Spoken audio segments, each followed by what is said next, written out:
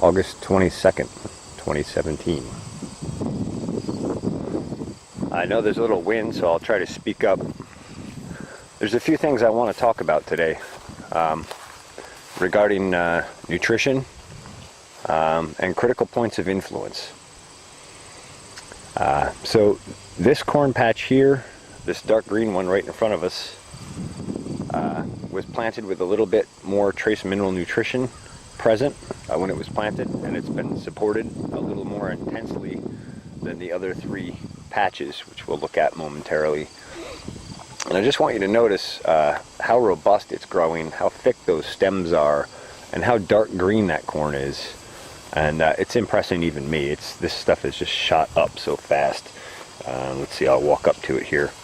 Yeah, it's about chest height or so for me. So it's about 4 feet high, and it hasn't even received its 38-day foliar feed yet. That'll be tomorrow, that'll be due. Anyway, I'm looking forward to seeing how this one does. In part because I know I put it in a much higher nutritional program with complete trace mineral and hormonal nutrition present and complete biology. And I have to say, since I hit this with a foliar drench of a triple inoculant plus a foliar feed, this stuff has just turned dark green. And so I'm very excited to see what happens, and I want to see if maybe we can get more than 2 ears per plant. Maybe we got enough nutrition into this patch to achieve some yield gains in that regard. Anyway, this other one I showed you a week or two ago, and it was not doing as well. You can see it's starting to green up, but it definitely is much shorter. It did not get as much nitrogen or nutrition, and so it's a great example of what happens to corn when it isn't under the proper nutrition program. We're still going to fill some decent ears here. They won't be bad, but they won't be the thickness and quality like these will be. These aren't due until October 7th. Anyway, and then there's a really interesting comparison here, because I put in, although a lot of them didn't germinate, I put in a row of cabbage down the middle here, a row of basil, as you can see. There's a row of thyme next to that, and there's a row of carrots over here. And when I put those in right at planting, I put in an inoculant and a foliar drench of a product called Accelerate, which is a complete trace mineral and hormonal nutrition product from Advancing Eco Agriculture.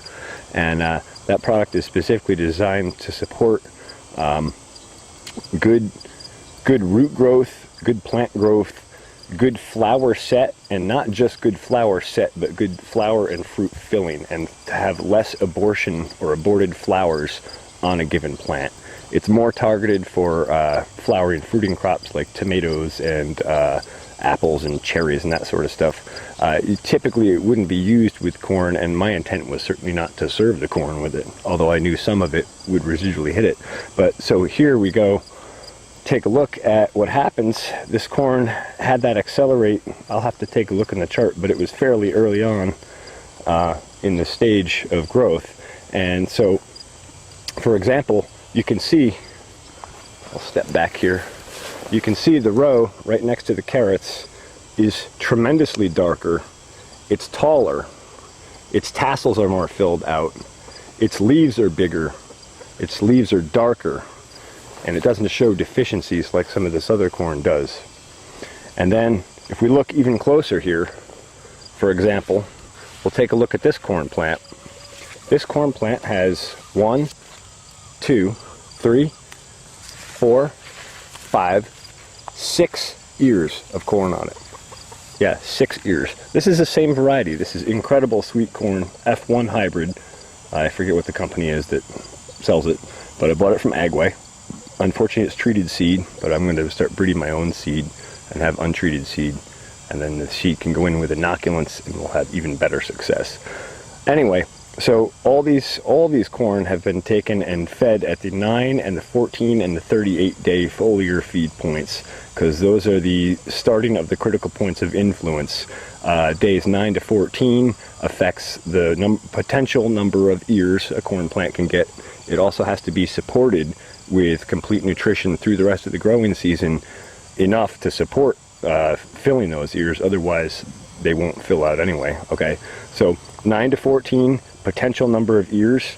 Corn has the genetic potential for up to 8 ears in it.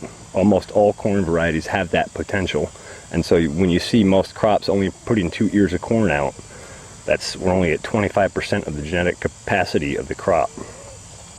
Okay, I got distracted here for a minute. So days 9 to 12, that's the first critical point of influence. That affects the potential number of ears you could have. The day 14 to 18, I think it is the next level that you can have effect on. That's number of rows going around the ear of corn. And then day 38 potentially affects the number of kernels in each row. So foliar feeds are done at those critical points of influence to help enhance the capacity, as long as the nutrition is present in the soil, of improving yield. So I just want to point out that these were close to the accelerate. They also are in the first upper corner of the drip feed system. This corn is all on a drip feed system, and I do nutrient injections of a product called forage foliar feed that's also from Advancing Eco Agriculture, and it really works well. It's great stuff. So any leaks that are in the fittings when I do the nutrient injections will tend to come out up here, and also this row will automatically be charged a little bit quicker than with the nutrient than the rows that have to go down the plenum a bit and before they go over. So this row had a little bit better nutrition, and I just want to go down. We'll take a look here, and you can see the health of this against the background of the row behind it, and you'll see the color difference and you'll see the number of ears. But I'm really excited to see this 6 ears of corn on this plant, and I know you probably didn't see that this is from the same plant, this other stem coming off here. So that does count. 1, 2, 3, 4, 5, 6 ears. I would like to get my nutrition up for all my corn and reduce my spacing just a little bit, and get 6 to 8 ears on each plant. I could massively reduce the amount of area I had to plant. Anyway, so we go down. That one has 6. This one has 3. And by the way, at least 5 of those are going to fill, and I would think those other 2 probably will too, looking at how those silks are just spitting out of there so healthy and well. So that's really impressive to produce and fill 6 ears of corn. 6, 3. This one has 2. This one has 3. 1, 2, 3. 1 on that. 2 nice full ones on that. And you can see a 3rd embryo developing there.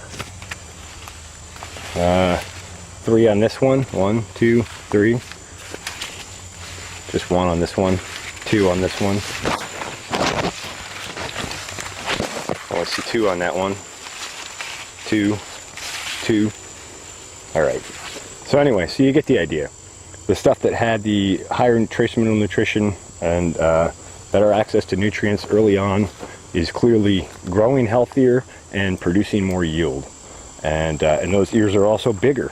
You know, I mean, these ears are nice size, well filled ears, or they will be well filled once they dry down a hair more. And like if you compare that against these that were a little deficient on nutrition, that's a much smaller ear. There's only 1 showing on that plant. The plant has a little yellow in it. And then you can see some streaking in them a little bit, like there's some deficiencies there. Yeah, so that's a very good comparison. And that is exactly why I do what I do, with targeted foliar feeds at critical points of influence, and with complete trace mineral and hormonal nutrition for plants, as well as inoculants and biology. It really makes a massive difference. The nutrition that I put in this other patch over here was not a whole lot more than this patch, but the inoculants got into this patch much earlier on. I always put an inoculant down at planting, but I'm not always sure that takes, because sometimes at planting the soil can be fairly dry, and I don't want to go back and till over top of a planting. I want my placement to stay. So I end up inoculating the second time sometimes, and I think I will make that a farm standard practice, because it really seems to work really well. The Black Dakota popcorn over there was planted the same day and has been treated the same way as this corn, and we'll take a look at that in a minute. You'll see just how green and healthy and well that is also. I want to just take a look at these other two lots of corn, more specifically the row that's right next to the accelerate on the uphill side. I also want to point out that the downhill side of this would get more of the runoff and more of the bleed off as we get rains of the nutrition than the uphill side would. So uphill side is not, we're not seeing a lot of high ear plants, like more than two. There's a couple here, 1, 2, 3 showing on that, and 3 on that one. But we are seeing a nice large ear size, and they're earlier. They're ready earlier. They're mature earlier. And the faster you can grow a crop from seed to harvest, the more healthy that crop is. You have to have high nutrition. You have to have health. You really have to make it happen to even just to meet a crop's projected yield. Like, say it says 90 days to maturity. This stuff, in fact, is 83 days to maturity. But just to even meet that yield, you have to have pretty good nutrition. But you can actually beat that. And my first planting of the sweet corn here, this is the second one, we'll go up to the first one, actually beat it. I had, it was an 83-day variety, and I had my first harvesting happening at 77 days. So that's pretty nice. Wow, the wind's really giving us some lodging on this second planting here. And see, that's another example of what the low nutrition also does. You know, if you have a lot of lodging going on, your stems aren't strong enough to hold your plant up. So you're lacking potassium and calcium and phosphorus and trace minerals. So anyway, so you can see this patch also is very dark green. I hit this with inoculant quite a while back, and it's been fed pretty well. It's been through all the same foliar programs. And this is, I should mention, this is a new piece of ground. This piece of ground has never been planted before, with the exception of a few pieces in the middle from a small crop I did last year, but most of this was not planted. And so there was no residual nutrition from crops from previous years. Everything that was here was natural nutrition from rose bushes and decaying organic matter, which is great and has lots of biology, but it may not necessarily be up to the job for growing corn, because corn is a high nutrition demand crop.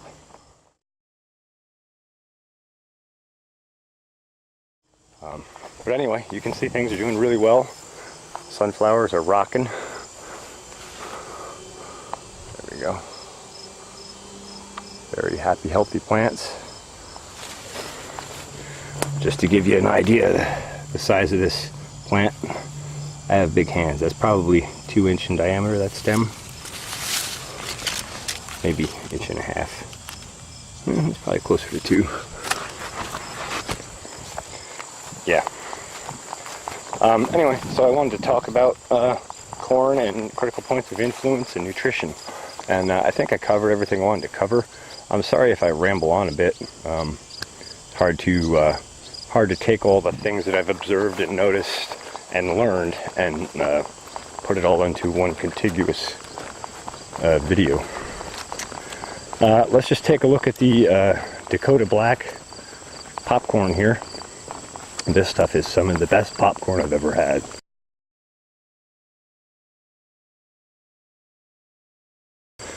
It's awesome stuff. And I've only grown this one season in high nutrition.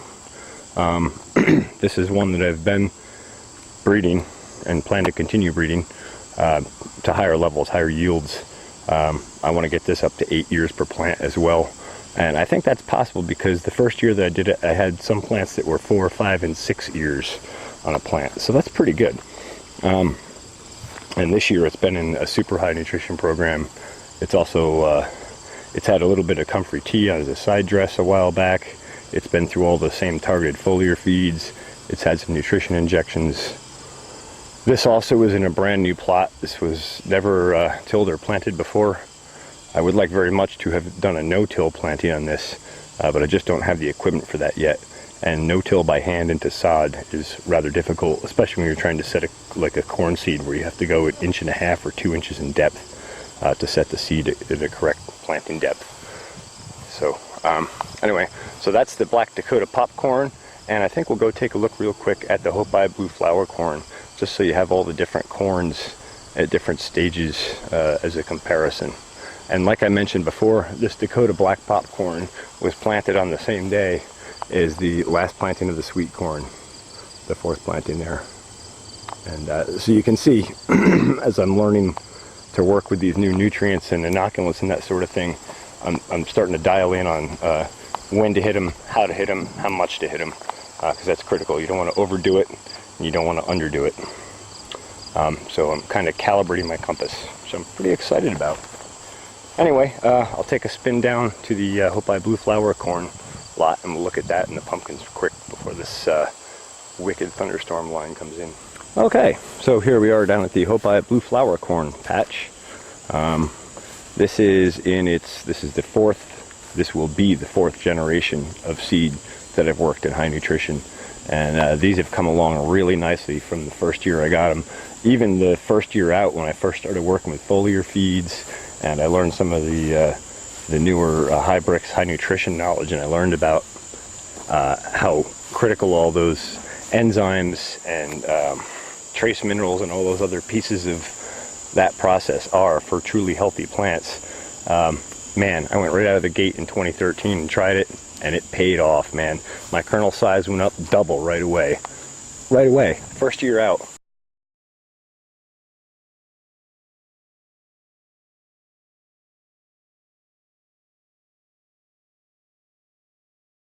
And it almost doubled again the second year.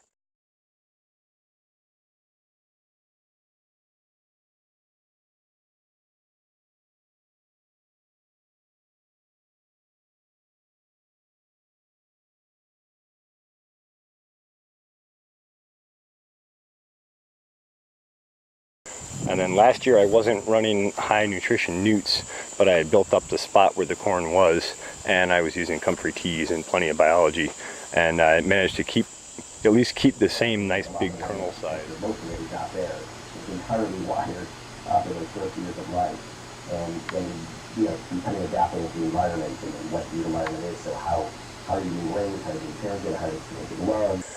And then this year I'm back in the foliar feed, the full Hybrix program, and things are really rocking. These are going to be on their 38-day foliar feed. No, these are given their 38-day foliar feed on August 4th. That's what it is. And these are due for harvest on September 25th. And since today is the 22nd of August, we're just about a month away from harvest. So it's nice to see some silks starting to pop out, and some nice full tassels developing. And I think I even saw a nice pink silk in here the other day, which I thought was pretty cool. Didn't have to have the camera with me. There it is. Well, it's turned more of a maroon red now, but yeah, look at that. So that's pretty cool. And of course, in underneath this, previous cover crop planting was buckwheat. I did till that down in order to plant the corn and pumpkins into it, but I didn't go out of my way to kill it. I basically just wanted to knock it back, let the corn come up, and it actually recovered really well. And we have some nice buckwheat developing now.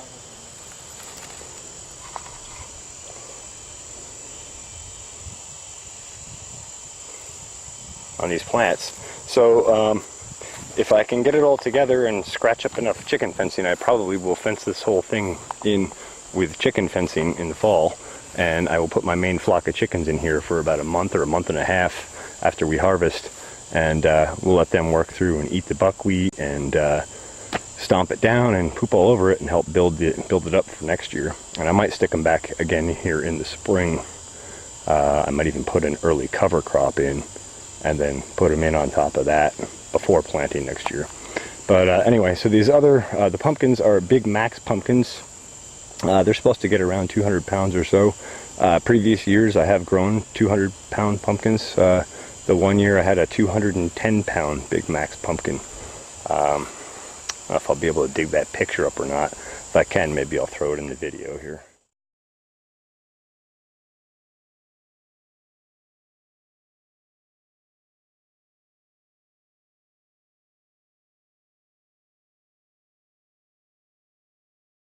But yeah, these are awesome pumpkins, and they're also, of course, in a high nutrition foliar program. They've been fed with Accelerate and a few other amendments. They were put in with a good heavy layer of half rotted down organic leaf mulch as kind of a mulch and feed for the season, and they've sprawled out and really taken off well. And we should have a nice harvest of those as well. And they're technically a squash, and I have to say, they're one of the best tasting pumpkins, the Big Macs. Man, they make a pumpkin pie that'll melt your mouth. Anyway, so I guess that covers everything I was trying to cover as far as critical points of influence and nutrition, and mostly about corn. I hope this video has been informative and helpful for you. And if you have any questions or comments, feel free to ask them down below. I always respond to questions, and I'm always glad to further elaborate or help someone better understand what's being done or how it's being done.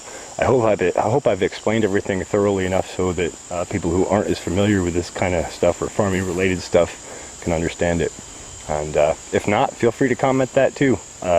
Constructive criticism is always good too. So thanks for watching the Farmacy Seeds Network, and I hope we'll catch you soon.